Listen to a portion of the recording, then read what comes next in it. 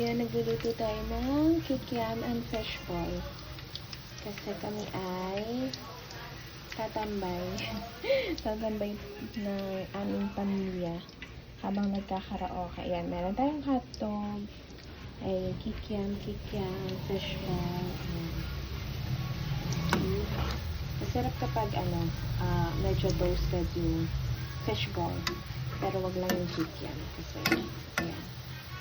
So, hinaan ko na yung apoy. Tapos, ito yung ginawa natin sauce. Ayan. So, yun yung magiging sauce natin mamaya. Ayan. So, pwede na itong kikiam. Pwede ko na kunin to at ilagay sa ating lagayan. So, ayun lang for today's short mini vlog.